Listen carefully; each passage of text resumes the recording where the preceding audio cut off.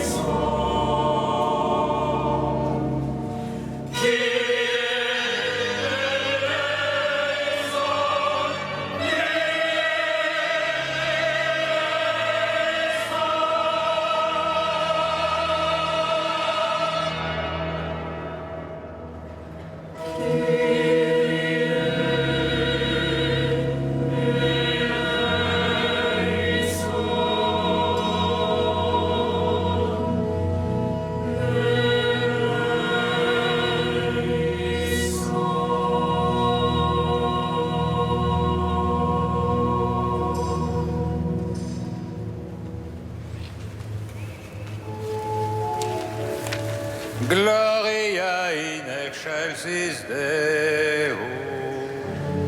Et intera pax hominibus bone voluntatis. Adoramus te. Benedicimus te. Adoramus te. Glorificamus te. Gratias agimus tibi.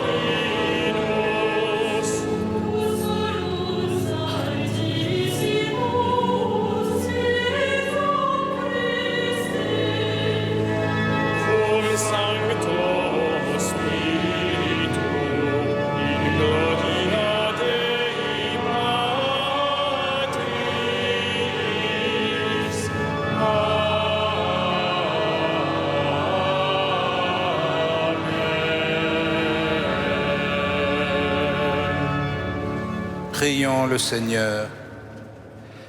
Seigneur, aujourd'hui tu as révélé ton Fils unique aux nations grâce à l'étoile qui les guidait.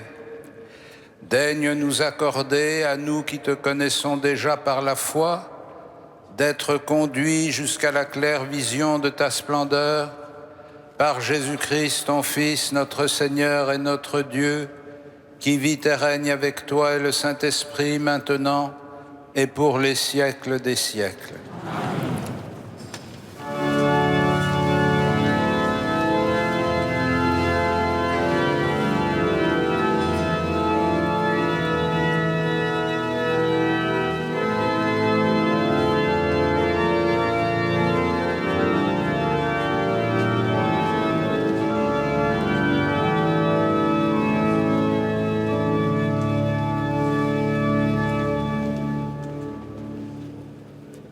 Lecture du livre du prophète Isaïe. Debout, Jérusalem, resplendis. Elle est venue ta lumière, et la gloire du Seigneur s'est levée sur toi. Voici que les ténèbres couvrent la terre, et la nuée obscure couvre les peuples. Mais sur toi se lève le Seigneur, sur toi sa gloire apparaît. Les nations marcheront vers ta lumière et les rois vers la clarté de ton aurore. Lève les yeux alentour et regarde. Tous, ils se rassemblent, ils viennent vers toi. Tes fils reviennent de loin et tes filles sont portées sur la hanche. Alors tu verras, tu seras radieuse, ton cœur frémira et se dilatera. Les trésors d'au-delà des mers afflueront vers toi viendront les richesses des nations. En grand nombre, des chameaux t'envahiront, de jeunes chameaux de Madian et d'Épha. Tous les gens de Saba viendront, apportant l'or et l'encens, ils annonceront les exploits du Seigneur. Parole du Seigneur.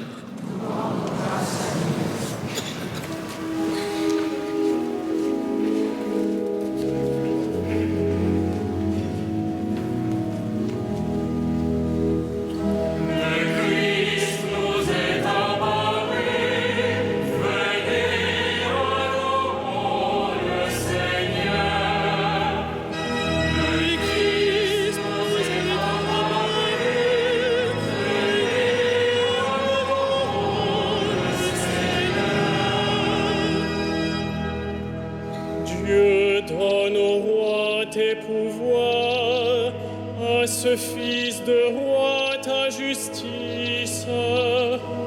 Qu'il gouverne ton peuple avec justice, qu'il fasse le droit aux malheureux. Christ est apparu,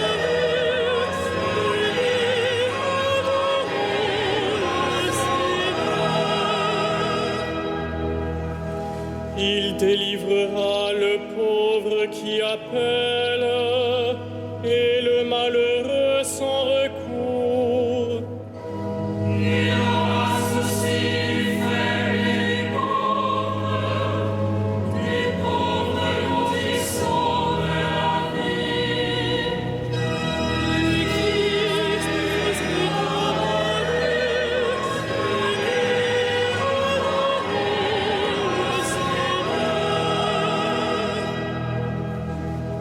Les rois de Tarsis et des îles apporteront des présents.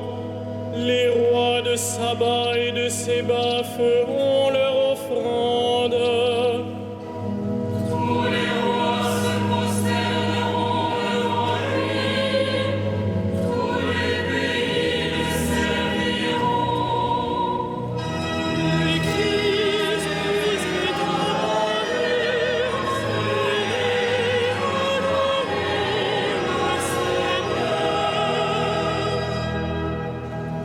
En ces jours-là fleurira la justice, grande paix jusqu'à la fin.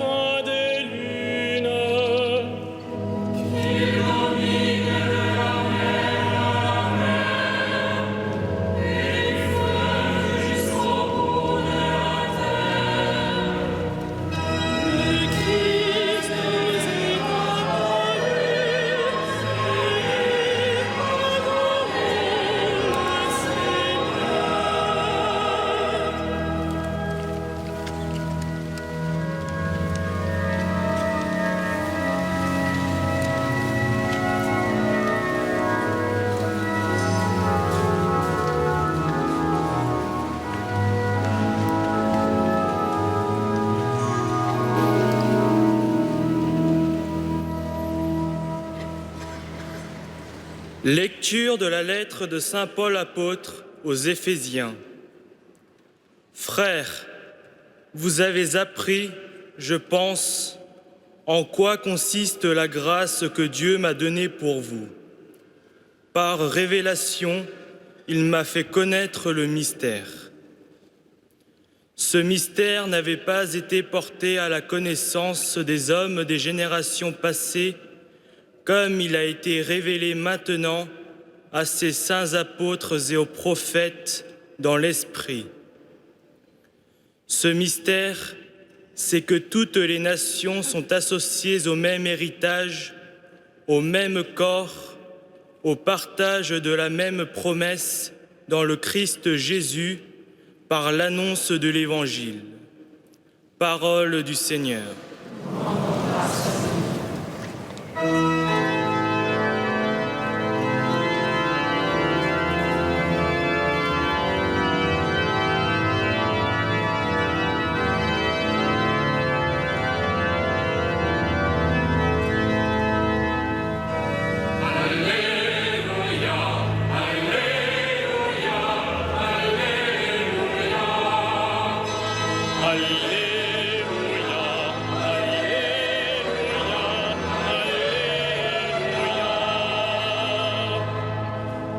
Nous avons vu son étoile à l'Orient et nous sommes venus adorer le Seigneur.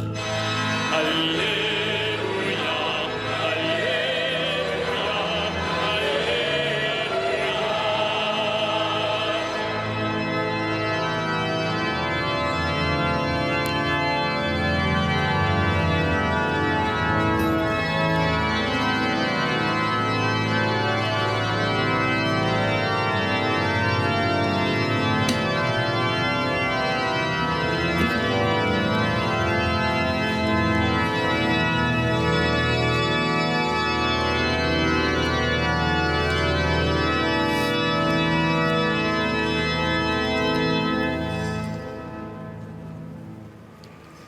Le Seigneur soit avec vous. Évangile de Jésus-Christ selon saint Matthieu.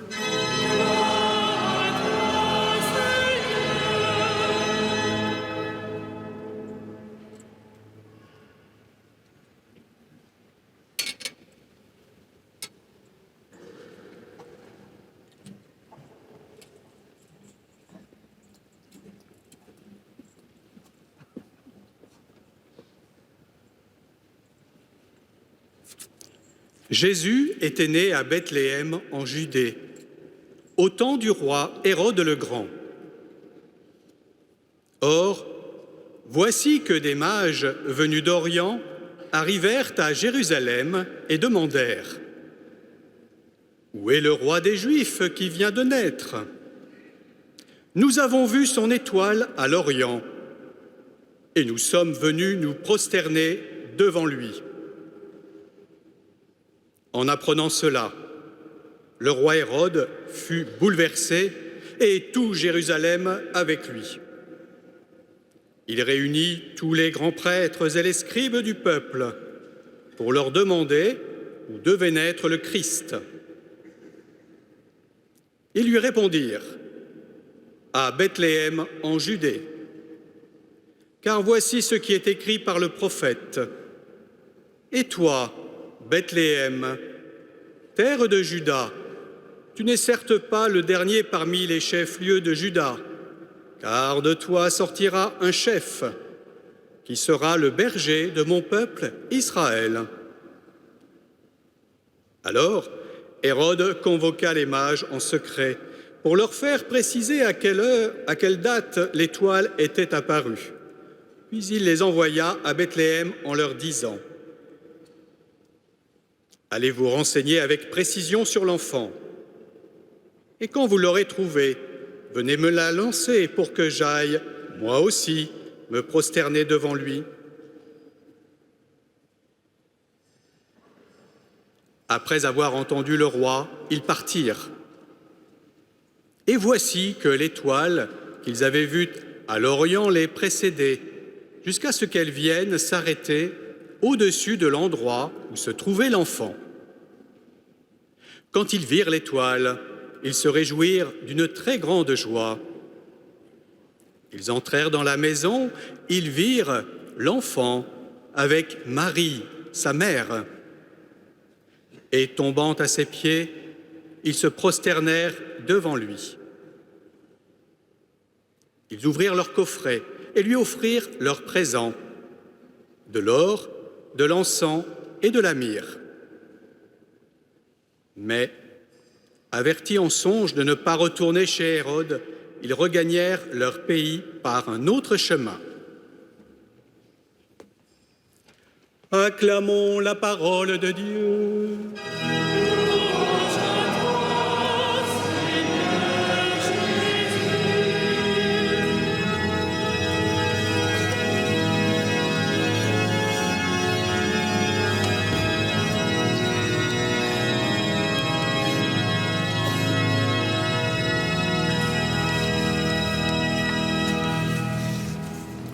Frères et sœurs, les trois mages venus des lointains pays de l'Orient, en suivant l'étoile qu'ils avaient aperçue, représentent, dans la tradition chrétienne, le symbole des nations qui sont associées à la manifestation du Fils de Dieu. Dans la nuit de Bethléem, les bergers, avertis par un ange, ont entendu l'annonce de la venue du Sauveur comme l'accomplissement de la promesse faite à Israël et transmise en Israël de génération en génération. Ces trois mages ne sont pas de la tradition d'Israël. Ils ne sont pas venus guidés par les prophètes, mais par les signes qu'ils ont perçus alors qu'ils scrutaient le ciel à la recherche de la vérité. Tels des sages qui mettent en œuvre toute leur capacité de comprendre et d'interpréter les signes, ils se sont mis en chemin sans savoir vers qui ils allaient, sinon en sachant qu'un roi devait naître en Israël au moment où paraîtrait cette étoile. Ils sont ainsi les représentants des multitudes d'hommes et de femmes qui n'ont pas reçu l'annonce de la venue du Messie de la bouche des prophètes et qui se sont tournés vers lui en creusant par eux-mêmes dans le fond de la sagesse humaine les forces pour venir à la rencontre de la vérité.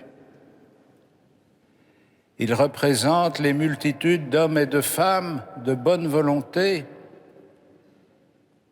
qui cherchent de toutes sortes de façons quels pourraient être les chemins pour parvenir à une meilleure manière de vivre, ce qui sera appelé dans l'Antiquité grecque et latine la philosophie,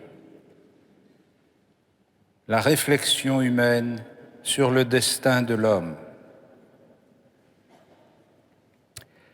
Cette réflexion humaine les conduit vers Israël et plus précisément à Jérusalem, où ils vont tout de même indirectement, par le truchement d'Hérode le Grand, bénéficier de l'annonce prophétique qui désigne Bethléem comme le lieu de la naissance du grand roi.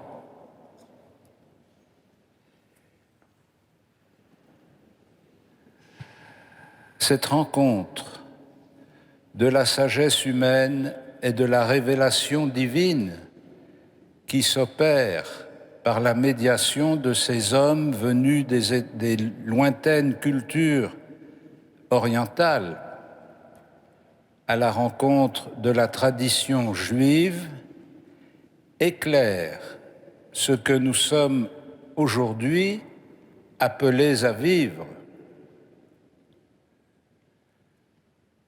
Nous nous réjouissons en ce jour de l'Épiphanie de célébrer la manifestation universelle du Christ, comme saint Paul nous y invite dans l'Épître aux Éphésiens, le mystère qui n'avait pas été révélé aux générations précédentes est devenu accessible à tous par la puissance de l'Esprit qui envoie des apôtres et des prophètes pour annoncer le Christ. Nous le savons, au moment où saint Paul annonce la publication de ce mystère, l'univers connu se limite en gros au bassin méditerranéen. Aujourd'hui, au XXIe siècle, l'univers connu que nous habitons et dont nous avons des échos de toutes sortes de façons par les moyens de communication modernes, couvre 5 continents, une multitude de cultures. Et certaines cultures très anciennes et très profondément enracinées dans les peuples qu'elles ont produits.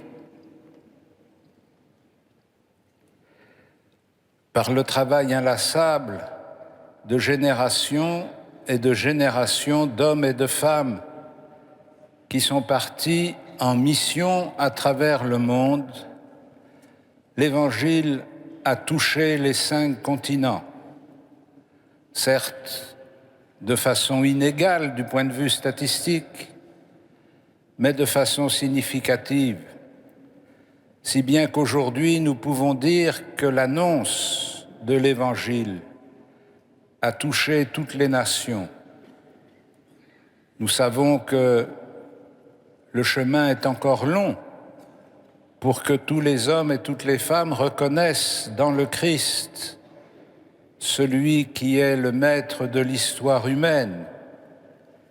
Mais ce chemin est ouvert et beaucoup déjà s'y sont engagés. Et nous-mêmes, trop volontiers habitués à croire que la révélation était épuisée par l'évangélisation de l'Europe, nous découvrons chez nous, sur notre terre, des hommes et des femmes qui sont étrangers à cette révélation, qui n'ont rien connu du Christ ou qui ont appris à le rejeter et à le combattre. Si nous étions simplement les partisans d'un groupe particulier, prêts à s'enrôler dans un combat contre des groupes adverses, nous pourrions nous laisser entraîner dans ce que l'on appelle volontiers la guerre des civilisations. Mais nous ne sommes pas les représentants d'un parti, ni même d'une civilisation. Nous sommes les porte-paroles de la révélation de Dieu à l'humanité. Nous ne cherchons pas à étendre ce que nous appelons la civilisation européenne à l'ensemble du monde. Nous cherchons à annoncer le Christ à tous les hommes sur cette terre et à leur annoncer dans leur culture, puisque la réflexion de l'Église au cours des 2 siècles écoulés nous a aidés à mieux comprendre comment l'annonce de l'Évangile, loin de rejeter des cultures étrangères, était capable de recueillir ce qu'il y avait de meilleur et de plus vrai dans toutes les recherches de la sagesse humaine. Ainsi, les chocs, les confrontations, les luttes qui se parent des habits de la religion ne doivent pas nous faire illusion. Nous ne sommes pas les combattants croisés d'une religion contre une autre. Nous sommes les porte-paroles du Prince de la paix, venus annoncer la bonne nouvelle à tous, et qui plus est, l'annoncer en respectant la liberté de chacun, de l'accueillir et d'y adhérer, ou de la négliger, ou même de la rejeter. C'est pourquoi cette fête de l'Épiphanie est pour nous un moment de grande espérance, car elle annonce le rassemblement de l'humanité dans le Christ tel qu'il a été annoncé. Elle est en même temps une mission, car elle demande de notre part la capacité de reconnaître ce qui est bon dans la recherche des hommes, d'oser annoncer le Christ à tous et de respecter la liberté humaine de ceux à qui nous l'annonçons. Que le Seigneur nous donne la force de vivre ce témoignage de la foi et la sérénité pour assumer les violences ou les contradictions qui en découlent, qu'il fasse de nous des témoins de la paix. Amen.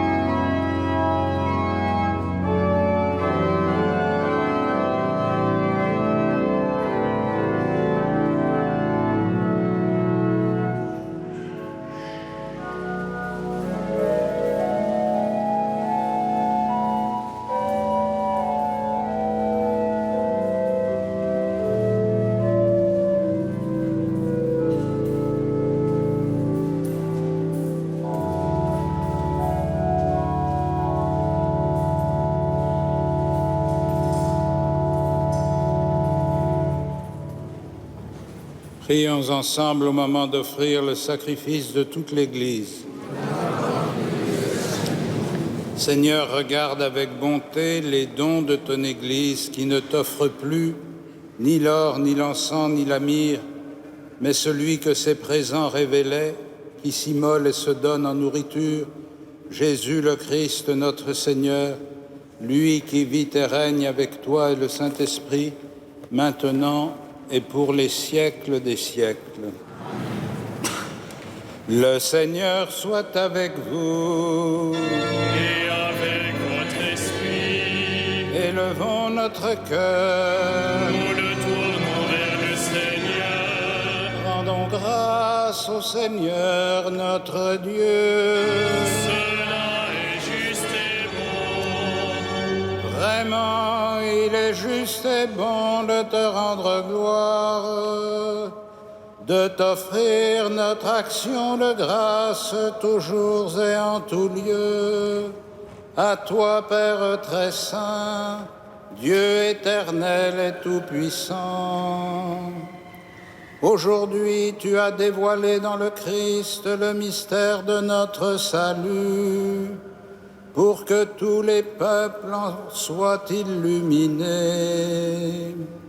Et quand le Christ s'est manifesté dans notre nature mortelle, tu nous as recréés par la lumière éternelle de sa divinité.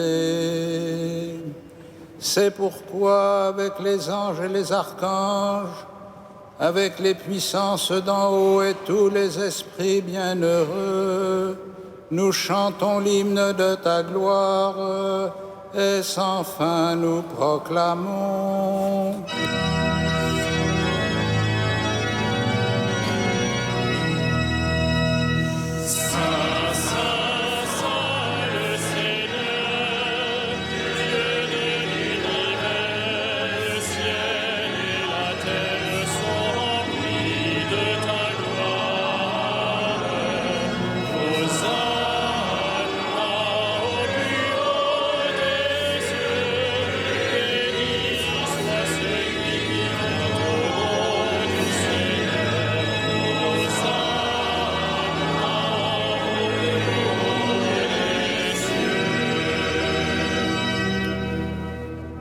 Tu es vraiment saint, Dieu de l'univers, et toute la création proclame ta louange.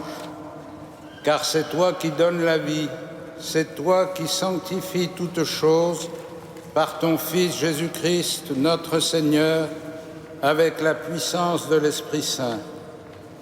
Et tu ne cesses de rassembler ton peuple afin qu'il te présente partout dans le monde une offrande pure. C'est pourquoi nous voici rassemblés devant toi, et dans la communion de toute l'Église, nous célébrons le jour très saint où ton Fils unique, qui partage éternellement ta propre gloire, s'est manifesté à nos yeux dans un vrai corps pris de notre chair. Par lui, notre Rédempteur et notre Sauveur, Dieu Tout-Puissant, nous te supplions de consacrer toi-même les offrandes que nous apportons. Sanctifie-les par ton Esprit pour qu'elles deviennent le corps et le sang de ton Fils, Jésus-Christ, notre Seigneur, qui nous a dit de célébrer ce mystère. La nuit même où il fut livré, il prit le pain. En te rendant grâce, il le bénit, il le rompit et le donna à ses disciples en disant : « Prenez et mangez-en tous. Ceci est mon corps livré pour vous. »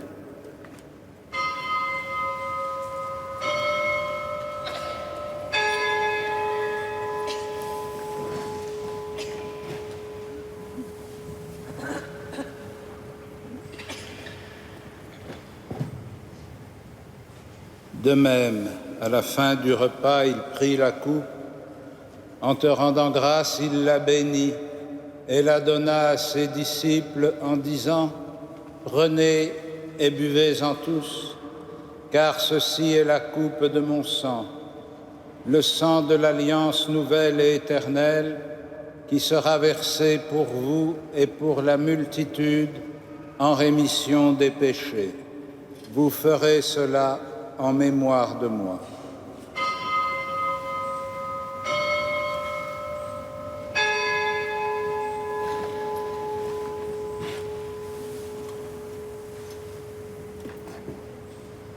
Il est grand le mystère de la foi.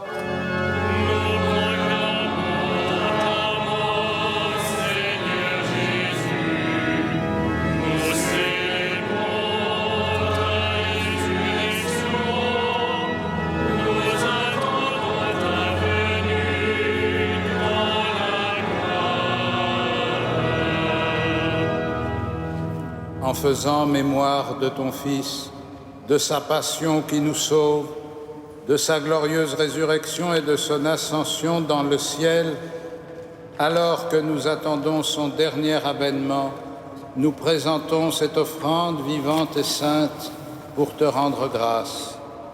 Regarde, Seigneur, le sacrifice de ton Église et daigne y reconnaître celui de ton Fils qui nous a rétablis dans ton alliance. Quand nous serons nourris de son corps et de son sang et remplis de l'Esprit Saint, accorde-nous d'être un seul corps et un seul esprit dans le Christ, et que l'Esprit Saint fasse de nous une éternelle offrande à ta gloire, pour que nous obtenions un jour les biens du monde à venir auprès de la Vierge Marie, la bienheureuse Mère de Dieu, de Saint Joseph, son époux, avec les apôtres, les martyrs, Saint Denis et tous les saints, qui ne cesse d'intercéder pour nous. Et maintenant, nous te supplions, Seigneur, par le sacrifice qui nous réconcilie avec toi, étends au monde entier le salut et la paix. Affermis la foi et la charité de ton Église au long de son chemin sur la terre, veille sur ton serviteur, le pape François, et notre évêque André, l'ensemble des évêques, les prêtres, les diacres et tout le peuple des rachetés. Écoute les prières de ta famille assemblée devant toi et ramène à toi, Père très aimant, tous tes enfants dispersés. Pour nos frères défunts, pour les hommes qui ont quitté ce monde et dont tu connais la droiture, nous te prions. Reçois-les dans ton royaume, où nous espérons être comblés de ta gloire tous ensemble et pour l'éternité, par le Christ notre Seigneur, par qui tu donnes au monde toute grâce et tout bien. Par lui, avec lui et en lui. À toi, Dieu le Père Tout-Puissant, dans l'unité du Saint-Esprit.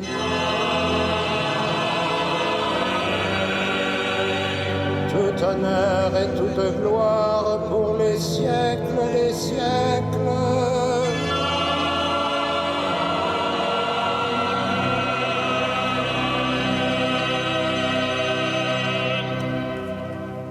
Unis dans le même esprit, nous pouvons dire avec confiance la prière que nous avons reçue du Sauveur. Notre Père, qui es aux cieux, que ton nom soit sanctifié, que ton règne vienne, que ta volonté soit faite sur la terre comme au ciel. Donne-nous aujourd'hui notre pain de ce jour. Pardonne-nous nos offenses, comme nous pardonnons aussi à ceux qui nous ont offensés, et ne nous soumets pas à la tentation, mais délivre-nous du mal. Délivre-nous de tout mal, Seigneur, et donne la paix à notre temps. Par ta miséricorde, rends-nous libres du péché, rends-nous forts devant les épreuves en cette vie, où nous espérons le bonheur que tu promets et l'avènement de Jésus-Christ, notre Sauveur.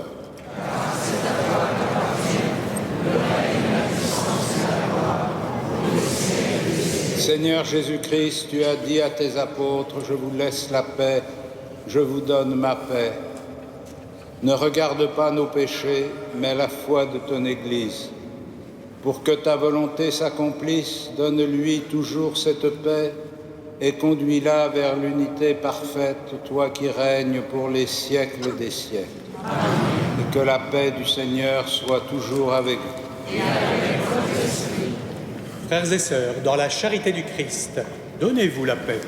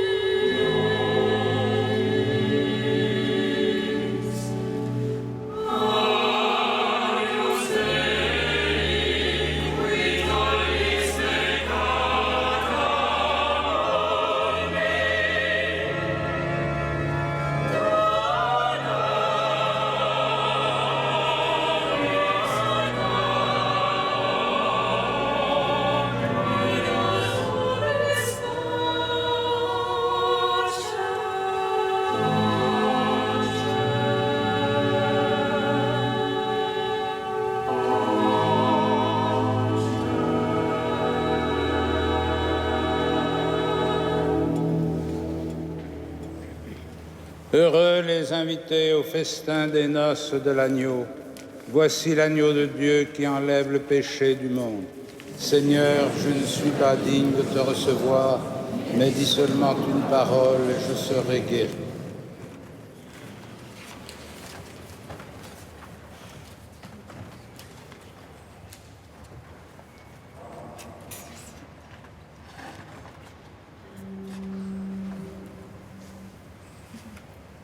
De bon matin, j'ai rencontré le train de trois grands rois qui allaient en voyage.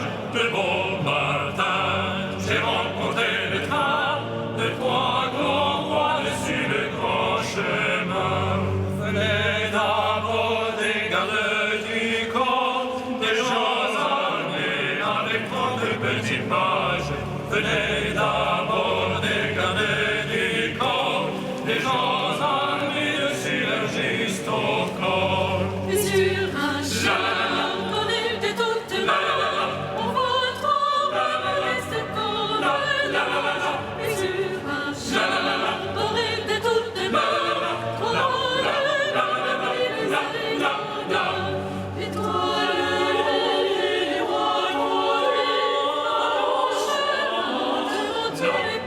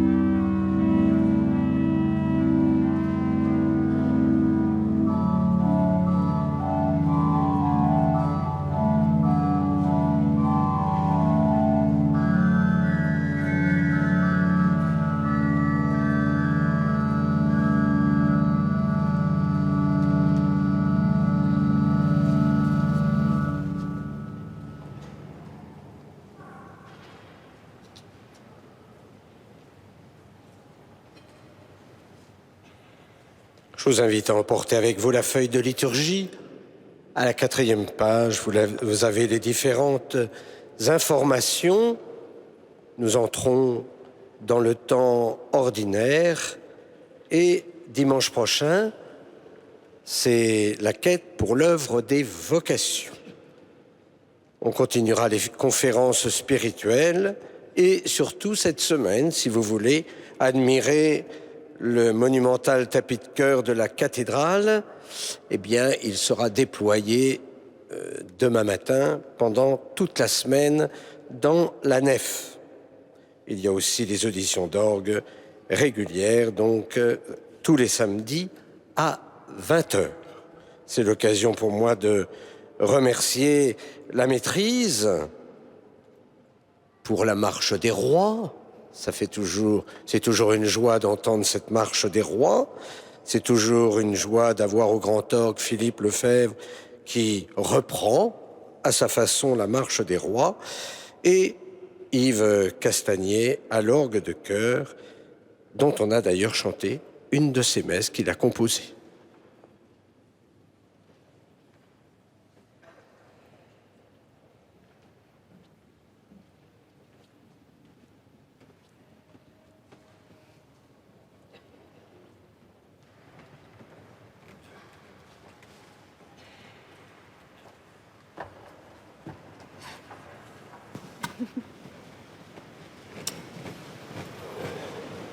Seigneur, que la clarté d'en haut nous dirige en tout temps et en tout lieu.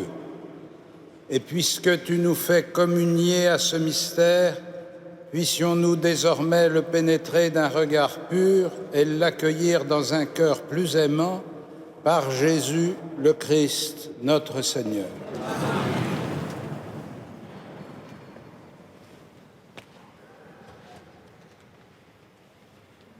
Le Seigneur soit avec vous. Dieu vous a appelé dans votre nuit pour que vous entriez dans sa lumière, qu'il bénisse en vous la foi, l'espérance et l'amour, qu'il les fasse croître et donner leurs fruits. Aujourd'hui, le Christ s'est manifesté au monde. Il est la lumière qui en dissipe les ténèbres. Marchez avec lui plein de confiance et que Dieu fasse de vous des lumières pour guider vos frères sur leur chemin. Amen. Et quand vous parviendrez au terme de la route, vous verrez celui que les mages ont cherché en se guidant sur une étoile, votre Seigneur le Christ, lumière née de la lumière. Amen. Et que Dieu Tout-Puissant vous bénisse, le Père, le Fils et le Saint-Esprit. Amen. Allez dans la paix du Christ. Nous rendons grâce à